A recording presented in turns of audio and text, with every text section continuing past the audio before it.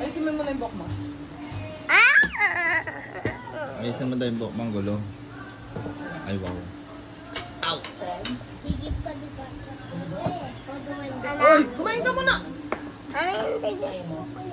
Style mo, no? Ang gulo ng buhok mo, ayusin mo. Ayusin mo. Mami, ah! Ang dami yung buhok mo. Ayusin mo, Ay, ane. hindi ba po dumin? Oh, ayusin mo na.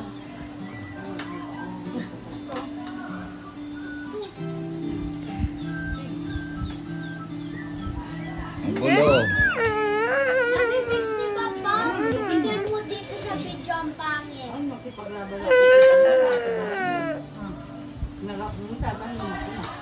Aray, hindi na kita sasama sa park.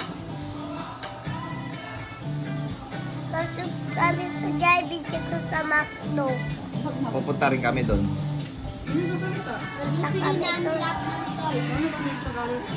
Kami din mo yan. Wala naman kayo pera. Mayon. Wala. Mayon. Nasaan ba yung papa mo? Sabi mo, papa ko nasa Japan. May tablet naman ako. Ano? Tablet? May tablet naman din anak ko. Madami. Galing saan yun sa'yo? Oh. Sino nagbigay yun sa'yo? Saan galing yung tablet mo? Sa dapat ito ka.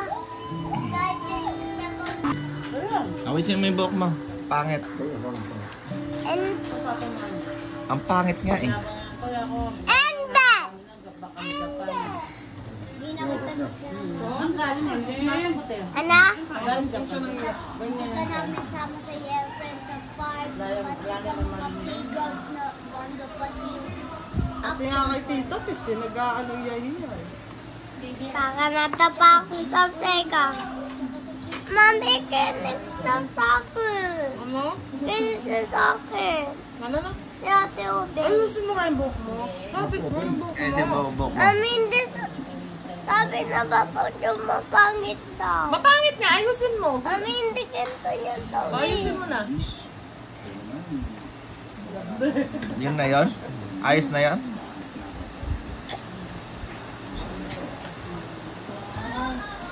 Ano yun? Ano mo yun?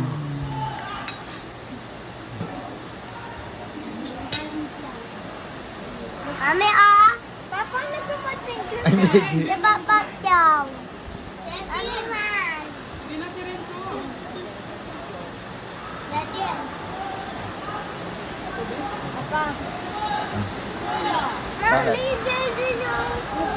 Ay, kumakain ako? Mami, daddy daw ako eh. Kasi kuya at sila sa meron silang remote.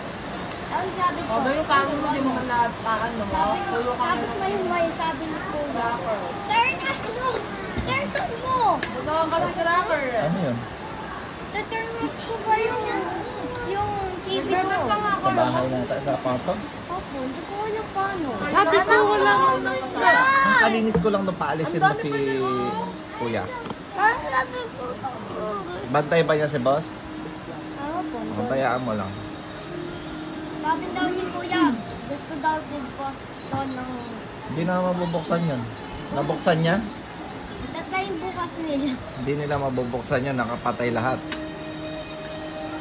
Ganda. Ang gulo naman ang buhok mo. Open na ka?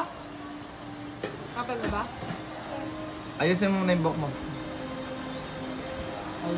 Ay, hindi mo pa ubos oh. Ubusin mo muna. Guys. Ayan, pag ganyang ano ng Mami, dapat yung M mo na ako. Help na kita. Paano? I-help sana kita. At ang ito si Tui. Kaso pinalo mo ko dito. At ang ito si Tui. Kaya nga, ine-help sana kita kaso pinalo mo ko.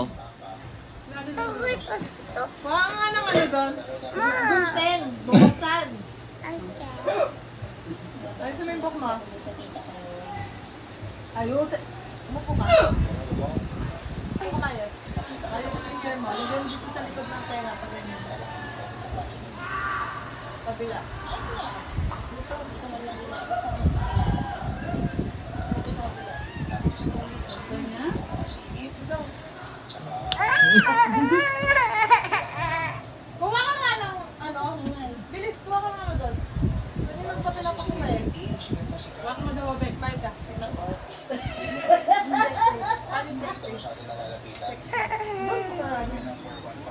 Samantha T. Papa na patay. Hindi yan, naging sekte ka. Sekte.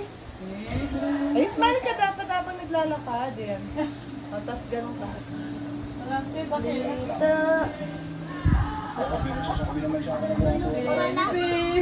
Si ano, si Obeng. Palakad mo sekte, si Obeng. Daw. Si Obeng daw. Lakad ka sekte, Sit down Obeng. talaga. Ayusin mo na yung buhok mo. Bakit si Obel ng jet na ganyan yun, oh? Dahil.